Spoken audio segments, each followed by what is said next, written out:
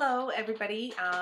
Happy New Year, and welcome to week 2 of Chameleon's 52 tips to transforming lateral violence in your community. This week, we're going to be talking about the importance of being able to define lateral violence for yourself.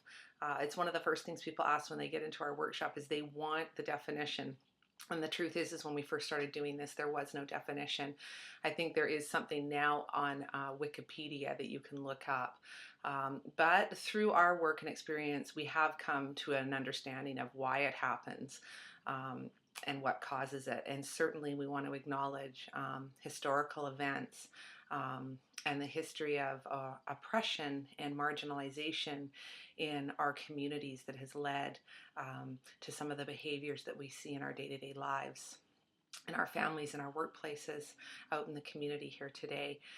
So what we're going to do, we're not going to go too much into our definition. What I do want to say is that wherever there has been a history of oppression and we have felt disempowered, we generally try to take our power back in an unhealthy way. So we either become withdrawn and fearful, and we're not able to take a stand for ourselves, or we are taking a stand for ourselves aggressively and in a way that is harmful to us and the other people around us. And what we're really trying to work towards is a balance, a middle ground, where we're able to take a healthy stand for the things that we believe in, and when we feel we're being treated unfairly or unjust, that we're able to hold people accountable in a very healthy way, in a way that isn't harmful to us or them. And so what we want to encourage everyone to do is to first just develop some self-awareness for yourself and look within and ask yourself, what are the things that trouble you in your relationships? What are the things that happen or behaviors that come at you that are disturbing for you, that you either try to ignore or repress or respond to in a negative or a triggered way. And if you can start to identify what some of those things are, then you can start to ask yourself, how would you begin to find the courage to address these things in the moment when they're happening? Because that is the time that's most ripe for you to be able to transform your relationships with people, to be able to slow down and say, stop, what's happening is not okay for me. It has me feel very disempowered or hurt. My feelings are hurt, or whatever the case may be. It takes so much courage to be able to say that to another person and then to ask for their cooperation.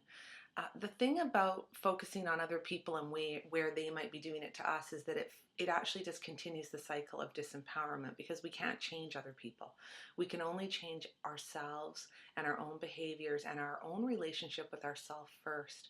So when we have a healthy relationship with our own self, when someone does something hurtful, it doesn't have to hurt us. We can recognize it as a hurtful act, and we can make sense of it, and we can respond to it in a healthy way. It is only those things that land inside of us in places where we haven't done our own work that are harmful to us.